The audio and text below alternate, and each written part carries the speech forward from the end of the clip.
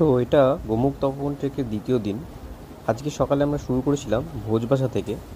ভোজবাসা থেকে এরকম একটা নদী পার হতে হয়। ভোজবাসা ক্যাম্প সাইটের পাশেই এই নদীটি আছে। তো এটা হচ্ছে ভাগীরথী নদী। এই নদীটা পার হওয়ার জন্য এখানে একটা হাতে টানা চেন পুলির ব্যবস্থা আছে। তো এই ট্রলিটা করে, এই যে তারটা দেখছেন, এই তারটা করে ট্রলিটা যায়। এটাই করে নদীর ওপারে যেতে হয়। নদীর স্রোত দেখতে পাচ্ছেন। তো এটা নদীটা এমনিতে পার হওয়া একটু মুশকিল, সেই জন্য এই ট্রলিটার ব্যবস্থা করা হয়েছে। তো আসুন দেখুন আগে আমরা আর কি কি দেখতে পাই।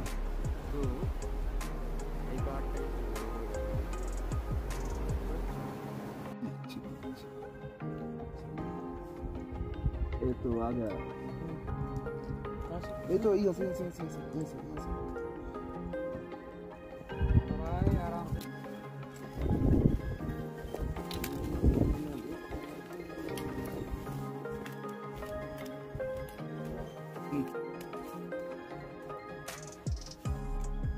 चल गए।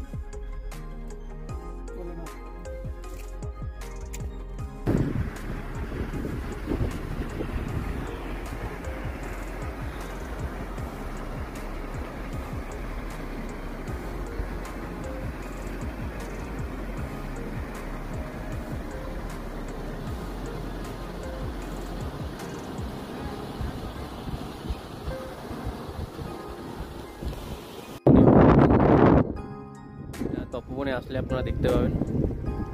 আমরা তপবনে এসে গেছি। দূরে যে সাদা পাহাড়টি দেখছেন, এটি হচ্ছে মাউন্ট ভাগীরথী।